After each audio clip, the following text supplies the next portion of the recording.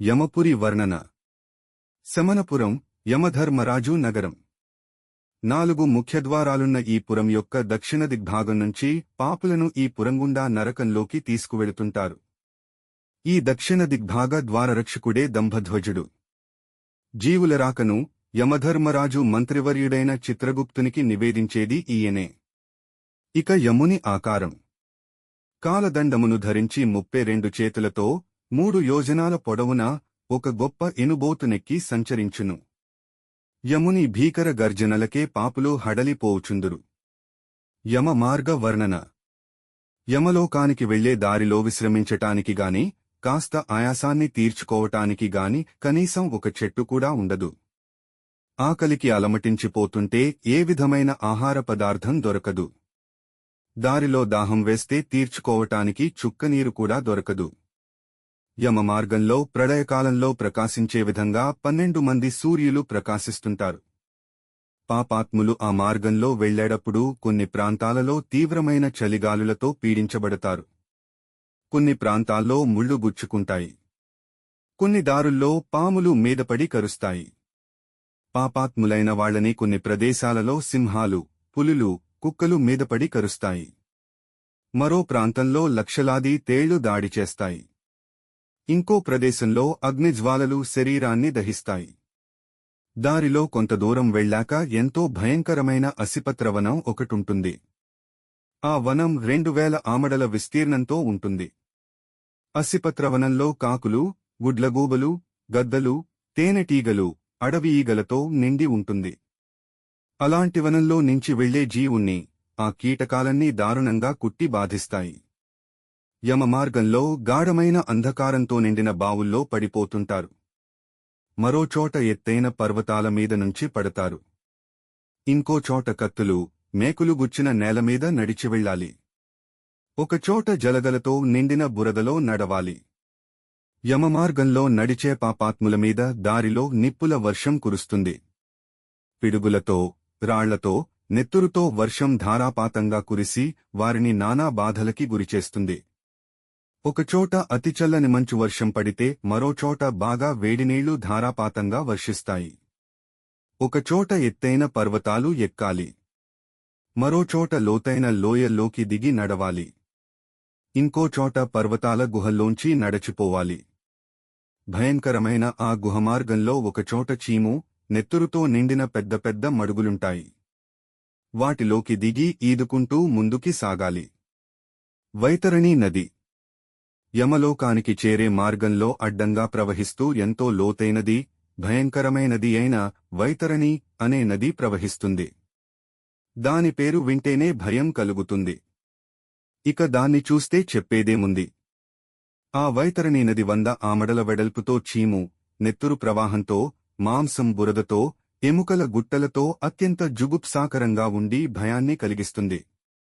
ఎంతో లోతైన ఆ నది దాటటానికి అలవి కాకుండా ఉంటుంది. ఆ నదిలో అసంఖ్యాకమైన వెంట్రుకలు నాచులా ఉంటాయి.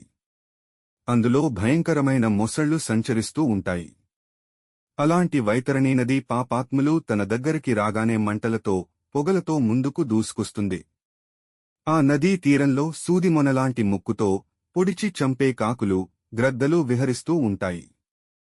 అలాగే జీవుల్ని చీల్చి చెండాడే ఎన్నో నీటి జంతువులు ఆ నదిలో సంచరిస్తూ ఉంటాయి. ఎంతో ఘోరమైన పాపాలు చేసినవారు వైతరణి నదిలో పడి, అయ్యో నాకెంత కష్టం వచ్చింది, నేనెలా తట్టుకోగలను, నా వల్ల కావటం లేదు అని దారుణంగా విలపిస్తుంటారు. వైతరణి నదిని చూడగానే పాపాత్ములు మూర్ఛవచ్చి పడిపోతారు. ఆకలి బాధకి తట్టుకోలేక ఆ నదిలో ప్రవహించే రక్తాన్నే త్రాగుతారు. ఆ నది తేళ్లతో, నల్లటి సర్పాలతో వ్యాపించి ఉంటుంది. ఆ నదిలో పడ్డవాళ్లని ఎవరూ రక్షించలేరు. పాపాత్ములు వైతరణిలో పడి అందులోని సుడిగుండాల్లో చిక్కి పాతాళం దాకా వెళ్లి మళ్లా వెనక్కి వస్తారు. గరుత్మంత. ఆ నది కేవలం పాపాత్ముల కోసమే సృష్టించబడింది. దానికి అంతే లేదు. ఈ విధంగా ఎన్నో కష్టాలు బాధలు పడుతూ ఎలాగో వైతరిణిని దాటుకుంటూ పాపాత్ములు ఎంతో దుఃఖాన్ని అనుభవిస్తూ యమలోకానికి వెడుతుంటారు. కొంతమంది పాపాత్ముల్ని అంకుశాలతో గుచ్చుతూ, వీపు మీద పుడుస్తూ, తాళ్లు కట్టి ఈడుస్తూ లాక్కుపోతారు. మరికొంతమందిని ముక్కు చివర త్రాళ్లు కట్టి యమపాశశాలతో ఈడ్చుకునిపోతారు.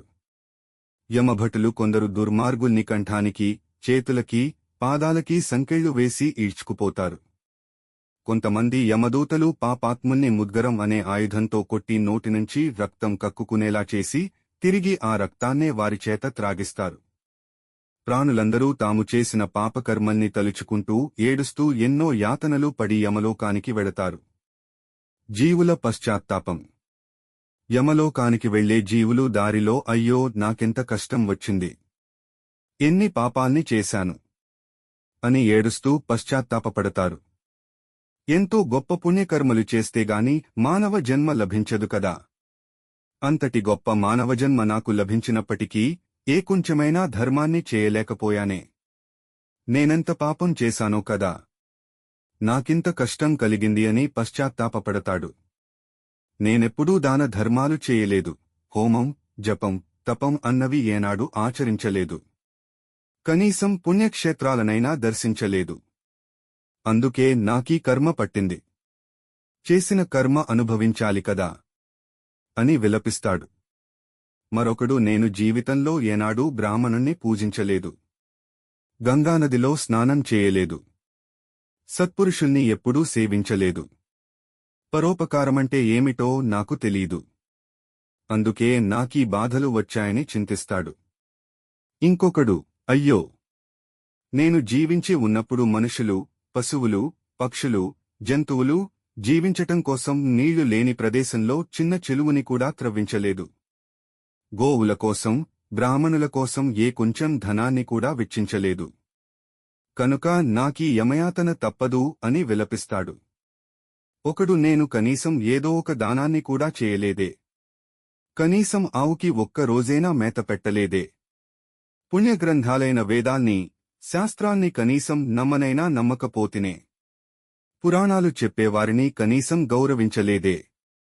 కనుక ఓ జీవుడా నీకు చేసిన కర్మ అనుభవించక తప్పదు అని తనని తాను నిందించుకుంటాడు. భార్యల పశ్చాత్తాపం. అయ్యో, నేను నా భర్త ఇష్టానుసారంగా ఒక్కరోజూ నడుచుకోలేదే, పతివ్రతా ధర్మాల్లో ఏ ఒక్కదాన్ని ఆచరించలేదే, గురువులకి తగిన మర్యాద ఇవ్వలేదే, అందుకే నాకీ కష్టాలు ప్రాప్తించాయి. దీన్ని అనుభవించక తప్పదు కదా అని వాపోతుంది ఒక పడతి.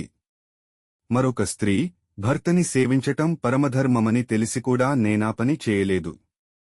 నా భర్త మరణించినప్పుడు సహగమనం చేయలేకపోయాను. కనీసం విధవా ధర్మాన్ని కూడా సక్రమంగా పాటించలేదు. అందుకే నాకీ గతి పట్టింది. ఇదంతా నేను స్వయంగా చేసుకున్న పాపం అని విలపిస్తుంది. ఈ విధంగా జీవుడు యమమార్గంలో ప్రయాణం చేస్తూ ఎన్నో బాధలు పడి దుఃఖిస్తూ తన పూర్వజన్మలో చేసిన పాపాల్ని తలుచుకుని వాటిని గురించే ఆలోచిస్తూ వేగంగా ముందుకి వెడతాడు. ఇలా 17 రోజులు ప్రయాణించి 18వ రోజునాటికి సౌమ్యం అనే 16 పట్టణాలలో మొదటి పట్టణానికి చేరుకుంటాడు. కలిలో పాపాలు.